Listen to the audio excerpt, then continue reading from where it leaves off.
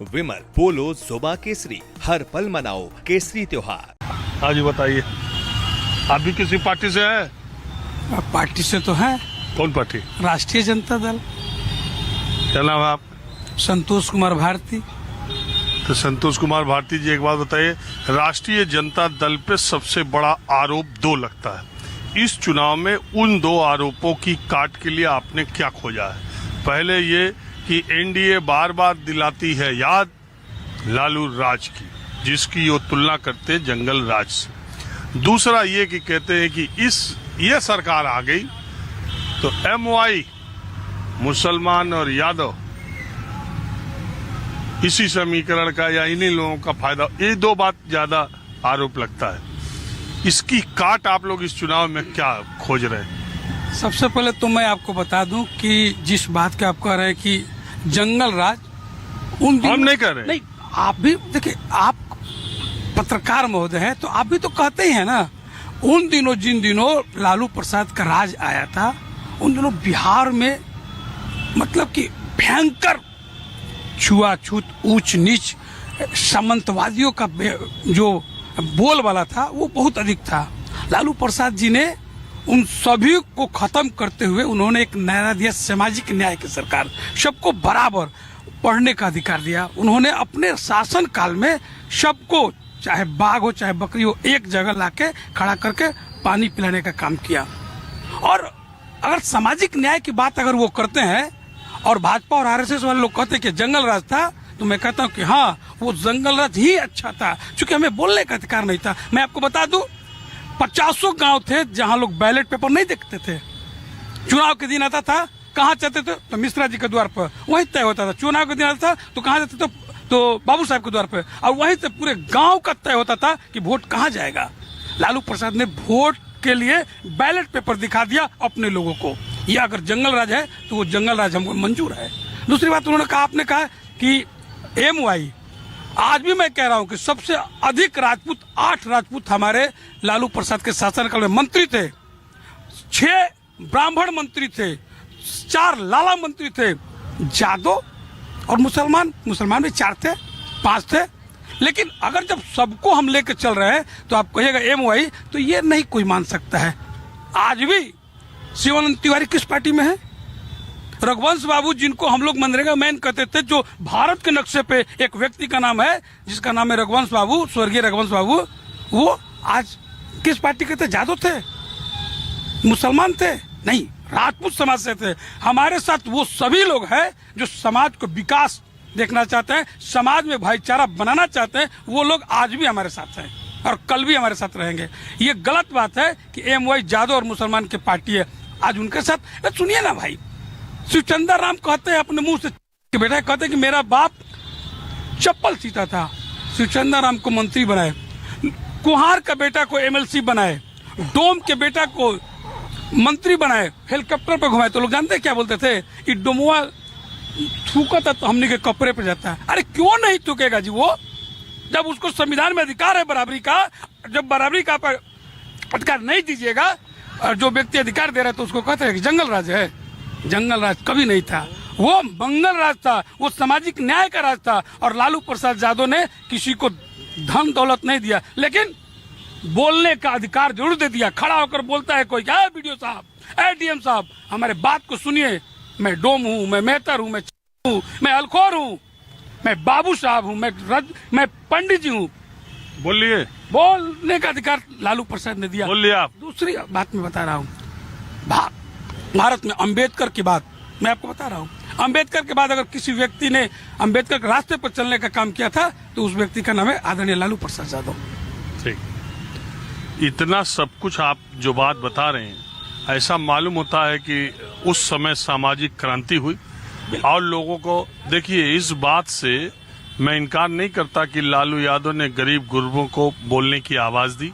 और ऐसे लोग जो कभी सपने में भी, क्योंकि बिहार में जो जमीनों का इतना असमान वितरण है गांव में, आपको बड़े बड़े लोग हैं जो 500, 700, 1000 बीघे के काश्तकार हैं, उसी में 60% आबादी ऐसी है जिसके पास 1 कट्ठा जमीन भी नहीं। ऐसा बिहार में बहुत जगह है।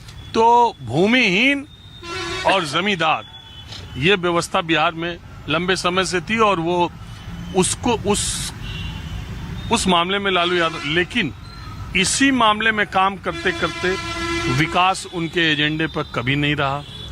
लॉ एंड ऑर्डर बिल्कुल ध्वस्त रहा और अपराधियों का बोलबाला रहा। लोगों को आवाज देने के चक्कर में लॉ एंड ऑर्डर के साथ कंप्रोमाइज हुआ, यही विपक्ष आरोप लगाता है। दूसरी, इतनी बड़ी जनसंख्या को अगर उन्होंने इतना ताकतवर बनाया था तो 2010, 2005, 2000 इतने लगातार इलेक्शंस आप देखिए कि आप नीतीश कुमार का दामन पकड़ के एक बार सरकार में तो आ गए, लेकिन 2009 के लोकसभा में अगर आप पीछे के 4 देखिए, 2009 में 4 सीट, 14 में 2 सीट, 19 में 0 सीट, 24 में फिर, तो ये आप अपना चुनावी आकलन भी तो देखिए कि आपको वोट कितना % मिल रहा है और सीटें आपको क्या मिल रही हैं। इसका मतलब जो आप जितने बड़े वर्ग की बात कर रहे हो उतना बड़ा वर्ग आरजेडी के साथ है नहीं। आज भी है, कल भी था। आपने कहा लोकसभा के चुनाव के बाद एक ऐसा व्यक्ति आया इस देश में जो हवा दिया कि मैं प्रत्येक वर्ष 2 करोड़ नौकरी दूंगा। हमारे नौजवान फंस गए उसमें। उसने बोला कि मैं काला धन लाऊंगा और सबको खाते में 15-15 रुपए। एक बार कोई फंसेगा, काट के आड़ी बार नहीं, मैं बता रहा हूँ आपको। पत्रकार महोदय सुन लीजिए, उसी जुमले में आकर नौजवानों के भावना के साथ हत्या हुआ, गरीबों के भावना के साथ हत्या हुआ और वो व्यक्ति झूठ बोलते गया और हमारे भोली भाली जनता जो है झूठ में कितनी बार फंसती गई, 3 बार 4 बार। और उसके बाद तो सुनिए ना, भुअर बाल हटाओ कौन बोला था? कौन बोला था? भुअर बाल कौन? भुअर बाल हटाओ कौन कहा था? ना रोड था ना लाइट था, है? और बताइए, उस समय तो अब घर से 6 बजे के बाद कोई बाहर निकलता नहीं था। अब ये तो परपंच गा रहे थे कि ये हुआ क्या था? कुछ नहीं था। यहाँ पब्लिक के घर से निकला 6 बजे के बाद गेट बंद। किसी होता अपना तो क्या मुझे बात करो, क्या सुविधा था? कुछ सुविधा नहीं था। गरीब गुरबा का आवाज देने का मतलब ये थोड़ी नहीं कि लॉ एंड ऑर्डर कोलैप्स कर जाए। हाँ। इसका मतलब ये थोड़ी नहीं। मैं खुद बोलता हूँ, हाँ। 2005 का इलेक्शन हो रहा था, मैं आरा से यही मऊ, अभी मैं पटना से आ रहा हूँ, हाँ जी, ठीक है, करेक्ट 2.25 घंटे में गोलंबर आ गया, पटना से चला और सुविधा हो गया। पहले 4-5 घंटा लगता था। तो खैर, लेकिन लोग कहते हैं नीतीश कुमार खाली सड़किए बनवाए भी हैं। नीतीश के नहीं, ये सेंट्रल गवर्नमेंट का बनवाया हुआ है। तो हेल्प टू मतलब कि स्टेट गवर्नमेंट भी आता साथ में। काम बहुत किया है, काम तो किया कि जो कि जिस समय नीतीश पहले बार बना तो मुख्यमंत्री, तो कुछ निकलने का मौका मिला। रोड बना, लाइट आया, पहले था इतना था। बोलिए, अब भुअर बाल हटाओ कौन बोला था? नहीं, आप बोलने दीजिए। हाँ?